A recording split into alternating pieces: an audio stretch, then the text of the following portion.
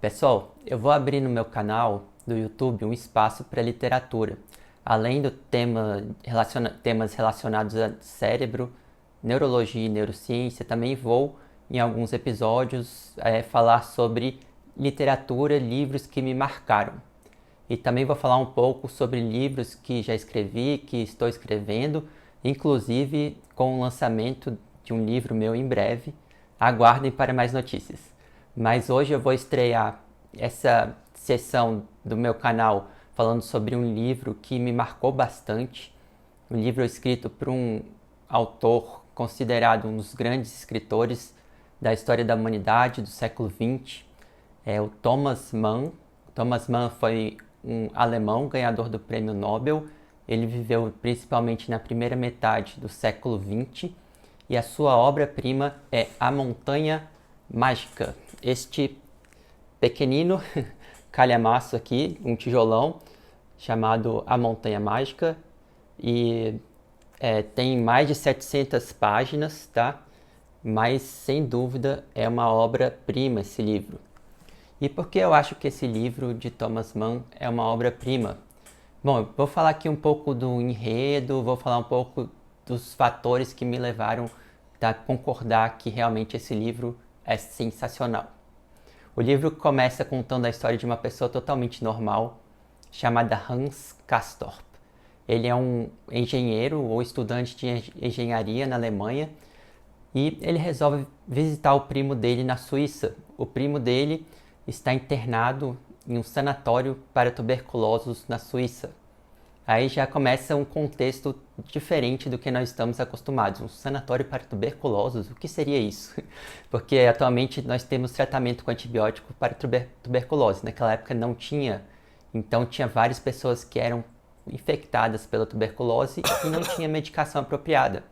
E naquela época se acreditava que você, indo para locais com ar mais puro, no alto das montanhas, por exemplo, poderia ajudar na cura da doença. Então, na Suíça tem muitas montanhas e tinha muitos sanatórios para tuberculosos, como o primo do Hans Castorp. O primo do Hans Castorp ele se chamava Joachim Ziemßen, tá? E o Hans planejava visitá-lo lá para ver como estava a recuperação dele, se ele estava melhorando ou não. Ele planejava ficar 3 semanas na Suíça, em Davos. Você já deve ter ouvido falar sobre essa cidade, né? Que é uma cidade atualmente famosa pelas reuniões anuais de grandes empresários e líderes mundiais. Só que naquela época era famosa por ser um sanatório para pacientes com tuberculose. A partir daí que a cidade começou a crescer. Então tinha locais, clínicas especializadas em receber pacientes com tuberculose e tratar desses pacientes. Então Hans Castorp vai lá, visita o primo dele, só que ao longo dessas 3 semanas várias coisas acontecem e ele vai prorrogando o tempo que ele fica lá. Ele não fica somente 3 semanas, ele vai ficando mais tempo. Por que ele fica mais tempo? Ele percebe que ali é um local que ele se sente à vontade, ele conhece várias pessoas que ele gosta, sente uma certa simpatia por essas pessoas. Ele vê que é um local que tem uma comida farta, tem muitos alimentos, então, que naquela época se acreditava que se você der uma dieta hipercalórica para um paciente com tuberculose, poderia melhorar. Então eles comiam muito, né? Realmente quem tinha tuberculose perdia peso e tentava compensar comendo mais. E então Hans Castorp vai se sentindo à vontade naquele local, apesar de ele mesmo inicialmente não parecer ter nenhuma tuberculose nem nada, e ele vê que é um pouco diferente da planície, onde ele está acostumado a viver. Ele vai criando esse contraponto entre montanha e planície ao longo da narrativa. Na montanha, a montanha mágica, ele se sente atraído como um magnetismo que atrai ele para ficar naquela montanha o maior tempo possível. E o tempo vai passando, o tempo se torna subjetivo, que naquela época estava sendo desenvolvida a teoria da relatividade de Einstein, que fala da subjetividade do tempo, relatividade do tempo. E então o tempo que eram para ser 3 semanas se transformam em muitas semanas, meses e anos. Ele fica lá muito mais tempo do que ele planejava.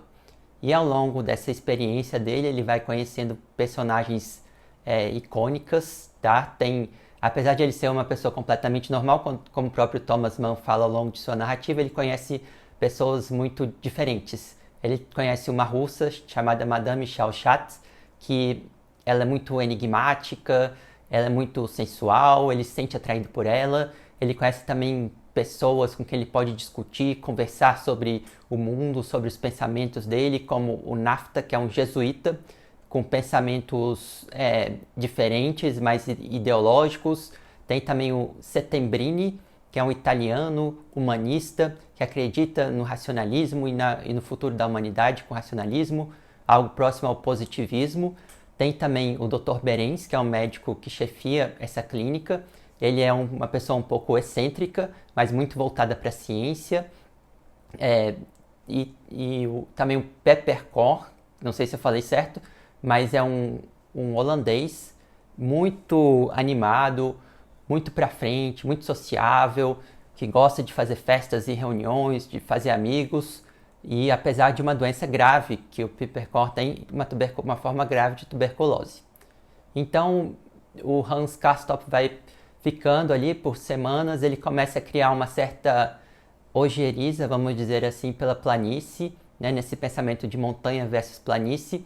Ele pensa, não quero descer para voltar a ter essa conexão com o povo lá de baixo. Esse povo da planície é muito chato, é muito burocrata. Eu quero ficar aqui nessa montanha, onde tem ali comida à vontade, onde eu posso conversar com as pessoas, onde eu posso ficar tranquilo. O tempo parece que passa mais devagar aqui, então tenho menos preocupações, quero ficar na montanha mágica. Então, o Thomas Mann, o escritor, vai mostrando, desenvolvendo esses personagens. Cada personagem ele desenvolve profundamente, né? O livro tem mais de 700 páginas, então dá para desenvolver bem bastante personagens. E vai mostrando, assim, o que o pessoal comenta muito é a questão do tempo, né? Que o livro fala muito sobre o tempo. Que o tempo se torna relativo no início do século XX, devido às novas teorias físicas e devido às alterações da nossa concepção de vida. Então, quando você vai para a montanha, o tempo também vai se tornando relativo e subjetivo. Mas eu acho que o mais interessante do livro é essa dicotomia entre planície e montanha. A montanha mágica, a pessoa quer continuar lá, inclusive outros personagens também curados da tuberculose querem continuar lá. O Dr. Berens dá alta para os pacientes, só que eles algumas vezes não quero voltar para a planície, quero continuar na montanha. E às vezes vão para a planície, se arrependem e falam, não, eu quero voltar para a montanha, quero voltar para a montanha mágica. Então eu acho que é muito interessante isso, que dá para fazer várias alegorias, por exemplo, com a caverna de Platão, né? Na caverna de Platão, o mito da caverna de Platão, as pessoas estavam dentro da caverna e não queriam sair da caverna, não queriam sair para ver a luz, nem sabiam que tinha algo de fora da caverna. Então Hans Castorp vai criando esse magnetismo e continuar na montanha mágica. Ele começa a estudar, a se dedicar a vários estudos ao longo dos meses que ele fica lá e anos. Ele estuda anatomia, estuda botânica, engenharia, estuda um pouco de tudo. Ele conversa bastante com Settembrini e o Nafta, que esses dois têm muitas conversas interessantes também. E apesar de ser um local mágico, com magnetismo mágico, comida farta, com o tempo relativo e tudo do bom e do melhor, é claro que tem problemas também, né? As pessoas estão doentes lá, elas têm tuberculose, algumas vão piorando, algumas morrem. Então, ao mesmo tempo que mostra esse ambiente que atrai as pessoas, também mostra de maneira visceral a nossa realidade humana, as doenças que podem nos acometer. É claro que temos uma ironia, um sarcasmo aí, quando Thomas Mann fala que a montanha mágica é um sanatório para pacientes com tuberculose, né? Claro que não é um mundo ideal, um mundo perfeito, então chamar de montanha mágica é um tanto quanto irônico, né? Mas você pode entender isso como, a planície é tão ruim assim, o mundo real que vivemos é tão ruim assim, que mesmo um local que é um sanatório para tuberculose pode ser considerado muito melhor, muito mais mágico do que a nossa realidade. Eu, como médico, achei muito interessante, porque fala bastante sobre a medicina da época, que era muito diferente da atual. Por exemplo, não tinha os antibióticos, tinha alguns tratamentos alternativos para tuberculose, que atualmente não é mais feito porque são muito perigosos. Por exemplo, existia um tratamento chamado pneumotórax cirúrgico. Você tinha algumas áreas do pulmão afetada pela tuberculose, por exemplo, no ápice do pulmão.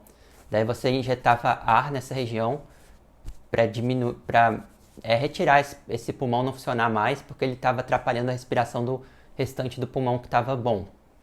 Só que nesse procedimento tinha uma alta mortalidade, mais de 20% das pessoas morriam e tinha também muitas complicações. Então era um procedimento muito arriscado, que atualmente não é mais feito. Então é isso, pessoal. Espero que tenham gostado. Até a próxima.